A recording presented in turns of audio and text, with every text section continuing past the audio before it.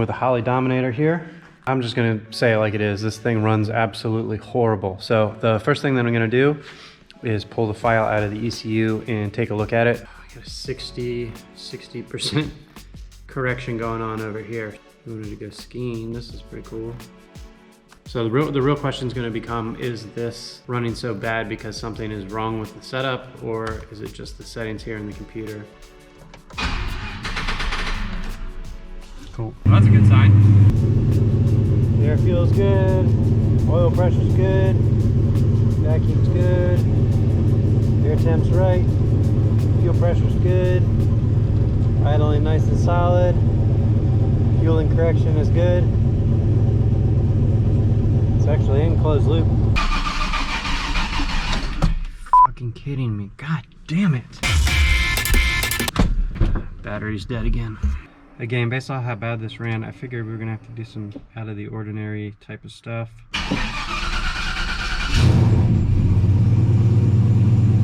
That's a whole lot better.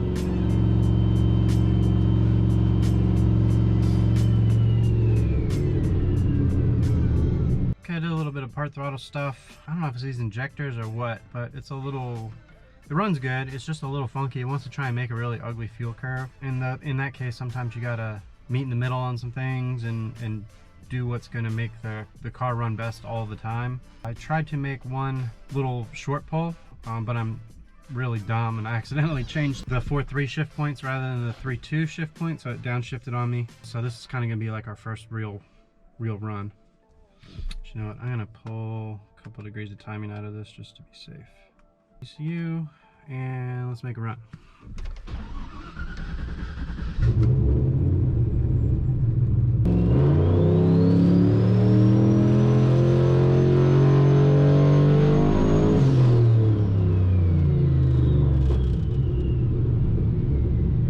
Part throttle cruising is pretty annoying.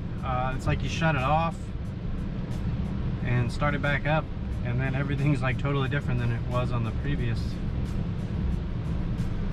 shit. Alright, let's download this and take a look. Alright, if we scroll through this log, you can see fueling for a first run isn't so bad. It is a little bit weird how it's negative, then positive. Shit, that's like 3-4% most of the run. Needs a little bit more up top, which is a good thing.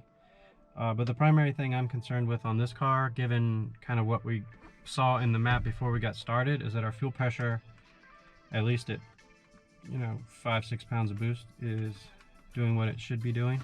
We'll make a couple of fueling changes. It's actually far closer than I was expecting to be on power. Damn, I already forgot what the power was. I think it was like 550 or something. 535. I'm actually gonna speed the run up a little bit. So we're definitely not gonna win any awards for prettiest fuel table on this one, but it running good is far more important than a textbook looking graph. There's like a certain level of kind of ugliness that is acceptable, and there's certain kind of criteria that an ugly fuel map still has to meet. I'll show you. Like, god damn. So that's what we're working with right now. We're still gonna have to touch up some of the down low stuff. I guess you could say I'm still expecting there to be a fuel pressure problem as the boost goes up. So I don't want to spend too much time down low if we potentially gonna have to do it all over again. I pulled 2 degrees out to start, put 1 degree back in it. So really it's just 1 degree timing and a couple of fuel changes, but the targets are all the same. So the actual fuel, air fuel ratio isn't gonna change. Let's see if the timing does anything.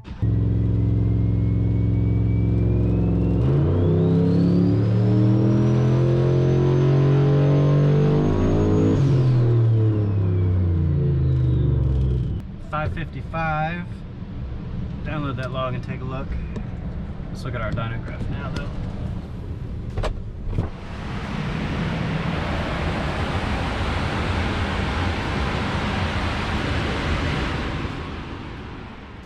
Smokes a little bit on decel. That's not necessarily ideal. So here's what our 1 degree of time he did. So we're pretty close. And here you can see the 1 degree. So here is basically the second full run. So 2%, 1%. Whoops. Get this weird spike right here, so I gotta look and make sure we don't have something weird in the fuel table. And then we're back down to basically 1 or 2% the whole way. I prefer to be on the negative side of the correction rather than the positive, so even though we're right there, I'm still going to add a little bit of fuel everywhere. Basically everything like 4,700 RPM and above, I'll add a little bit, and then if we have something weird going on here, I might do the same. Fuel pressure still looks good. So I think what I'll probably do next is set up the PID for the boost solenoids, and we'll throw a couple pounds of boost at it. Alright, CO2 is on. Now this does have the, what do they call them, the Pro Series solenoids, which is interesting because sometimes the PID values would be same as the Mac valves, and then other times they'll be completely different. So let's see what we're up against. Let's try some Mac valve settings first.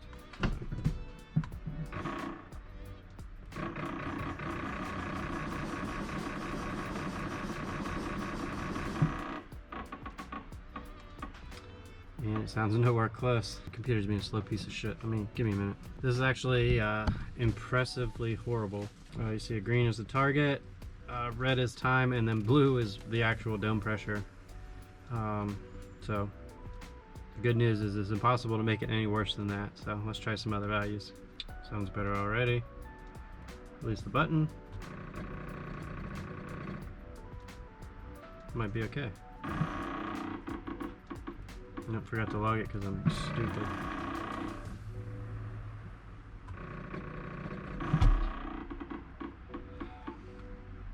Just that I forgot to log it and then did it again and then forgot to log it the second time. It's one of them days. The PID values that you just saw are what was in the previous tune, and they're actually using it like that. So first things, we're gonna make sure these are scaled the same. Check that out. Nope. Forgot to record the screen. Down here's where we hit the button. Doesn't overshoot, doesn't go crazy. Just really couldn't follow the target much better. We're just gonna move forward with that. That's like a new world record for one that looked like it was gonna be out in left field and then kind of getting it right in a hurry. Yeah, we'll call that good. I turned the TPS boost modulation off on the dyno because I want to load the thing up as much as I can, as quick as I can. On race cars, I don't really like to use it, but since this is a street car, we probably will. There's some other better ways to kind of do that, in my opinion. I'm gonna throw 10 pounds of CO2 on it, and I still have my closed loop limits pretty big because I still I'm just like horrified of when and if we're gonna find that fuel pressure problem. But again, I really crossed my fingers that that's not what was going on, and there's just enough stuff wrong in the tune that it was going crazy. So let's try this with 10 psi.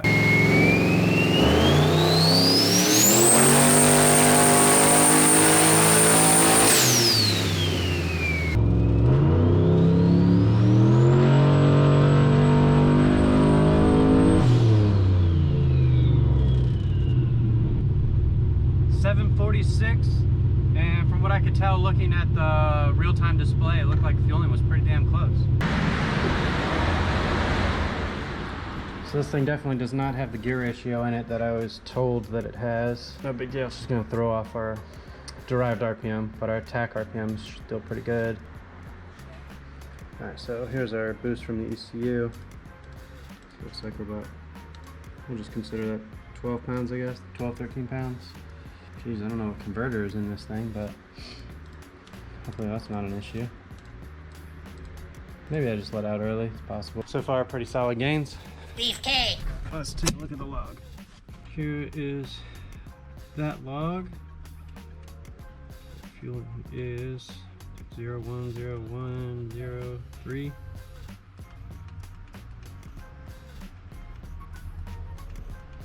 It's like basically nothing the whole run. I can work with that. I think we might just go for a little bit more boost on the next run. Again, I have a little bit of a positive correction, so I'm going to throw just a touch of fuel at it. We'll throw another 5 pounds of dome pressure at it. A little more CO2 this time. A little more dead battery this time. Shit.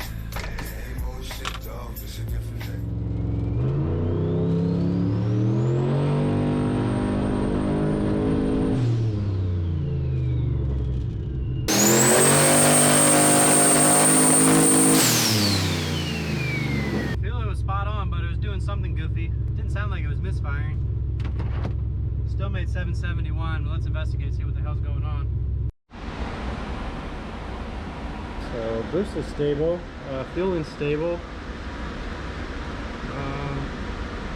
Graph looks better than I would have expected based on kind of what I was hearing and feeling. Let's download the log. Scroll through this. Fueling looks so good, it almost looks like bullshit. And it gets a little funky right here, but if you look here at our green RPM trace, you can see exactly what I was referring to. Like, you know, this looks about right. This is logging at 100 hertz right now. So down here is about what you would expect. It starts misfiring here, tries to clear up, and then goes to shit. So this has decent coils on it, and it has a decent amount of coil dwell in it. So I think the most logical thing to do right now is going to be to put these in there. I have no idea what the gap is. Sometimes on these trucks, doing the passenger side can be a real pain in the ass because the downpipe's right in the way. So hopefully that's not the case, but let me go swap those out now. Driver's side looks pretty straightforward. This side looks like a pain in the ass, but actually relatively doable. This one might suck a little bit, but it's 140,000 degrees, so I'm gonna let it cool down for a little while. Nobody wants to watch me cuss and change spark plugs, so we'll come back once all that's in there. I think my gloves have expired. We have like 300 new sets in the cabinet over there, but I like them when they're like broken in. So obviously we knew the plugs were gonna look like trash with how bad this thing was running when it came in, but they're gapped at like almost 30 thousandths. So that's probably where our misfire is coming from. So I'll probably drop these down to, I don't know, probably try 15 or 18. I'll make that decision in a minute. Melted my whole arm off getting the other ones out, so went ahead and get these at 15 thousandths because I'm not going through that again. So no real surprises on the plugs. All the straps are still there. Everything looks normal. I'm just going to repeat the same run without making any changes. Cylinder number 3, the plug wire definitely was not clipped all the way on the plug, but pulling the plug out, it looks like it was firing. So whether or not that was contributing to the issue or even an issue at all, it's kind of hard to say. Man, that header wrap makes your arms all itchy. So I'm sure I'm gonna have to warm this up a little bit and then we'll make the same run again. It looks like it cleared up all the part throttle kind of weird fueling that I was seeing, which is why I'll never make like a crazy looking fuel graph where you have mountains and valleys and stuff.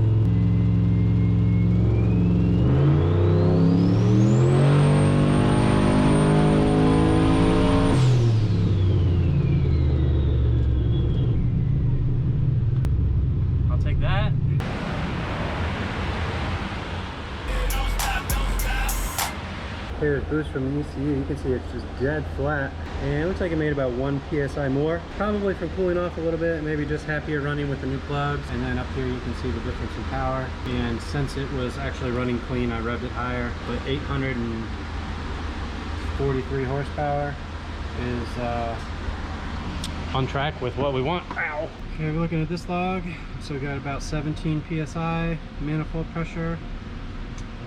Fuel trims start off pretty good and then get a little further away than I like, so we'll clean that up a touch.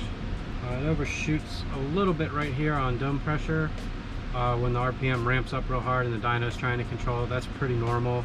Other than that, that looks good, but the thing, again, if we look at this red line here, our fuel pressure is just rock solid. I don't want to jinx it, but maybe we'll be in the clear on that. We don't have a whole lot more to go. So I'm gonna pull cylinder number 8, probably looked the worst. And when I say by the worst, I mean compared to the rest. So I'm gonna pull cylinder 8 out, look at that plug since it's just got 1 run on it. And then we're gonna try probably 5 more pounds of dome pressure, see what that'll do. Pulled a few plugs over on this side and they look about as good as it can get. Looking at these plugs, can tell I'm on the conservative side on fueling, and shit, man, this thing probably take another 2 to 3 degrees of timing, no problem. So now I gotta decide if I want to put more boost in it or more timing in it. Boost is still low, so I think I'm gonna bump the boost up a little bit more. And we'll look at another plug or two and then see how heat looks at that point. And depending on where we're at, if we decide to put some more timing in it, then I know we can, but yeah, if we can make the power with boost and not timing, especially considering this is just a street truck, then that's probably going to be the plan of attack. And I don't know if I've mentioned it or not yet, but this thing's on E85.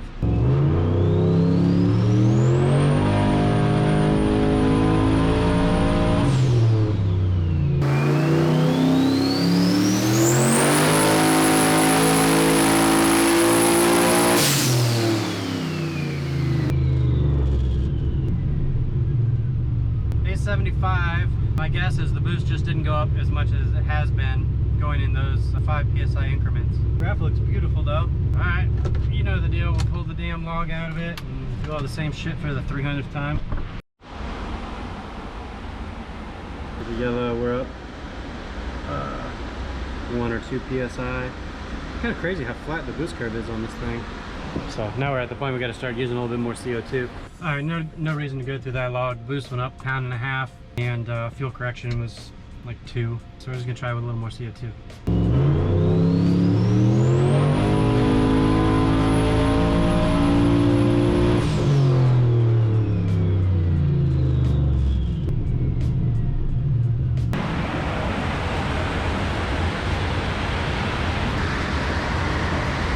22 pounds, 900. Let me yank a plug out of it, download the log. Still think I'm gonna try a little bit more boost before we go to timing. Plugs still look similar, as in it could still take a little bit of timing. So this now, I've changed the fueling a little bit and a little bit more dome pressure. So we'll see what it does.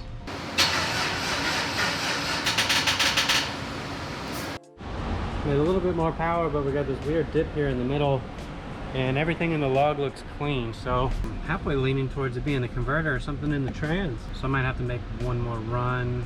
I'm glad I'm not gonna look like a liar, but we're at that point where we're gonna hit some fuel pressure problems. So I'm actually gonna bring the boost control down a touch before I make the next run. But it looks like we're probably about done as far as what we're able to do here. I guess with that being said, maybe I will try just a touch of timing. So unless the fuel pressure magically fixes itself, I suspect this is probably gonna be the last run. And the primary reason for making this run is trying to make sense of what that weird dip was.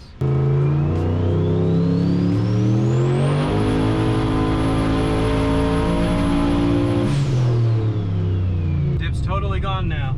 And I lowered the dome pressure, so I'm actually kind of curious to see this log now. I really like for the fuel pressure to cooperate. It really sucks to get into the 900s and not quite break into that 4-digit mark. So with 2 less PSI, it makes basically the same power. That's putting 1 degree of timing in it. So the $1 million question is the fuel pressure. I'm too lazy to pull it up over there, so I'll pull it up over here. It might have a couple of horsepower left in it. Let's see.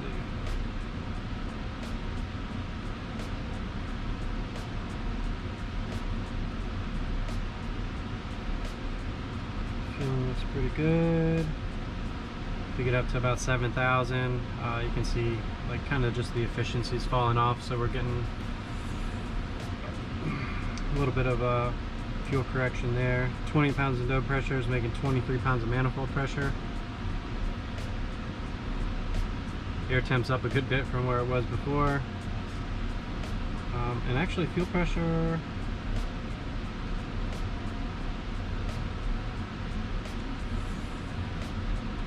hasn't ran away yet.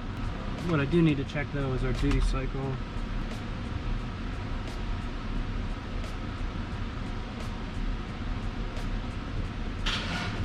Come the hell on, god damn it. Went up 5 psi on the dome sensor. It's not gonna take it. It's out of fuel. So that's basically all we got on this one. So here's our final numbers. Here's our boost curve.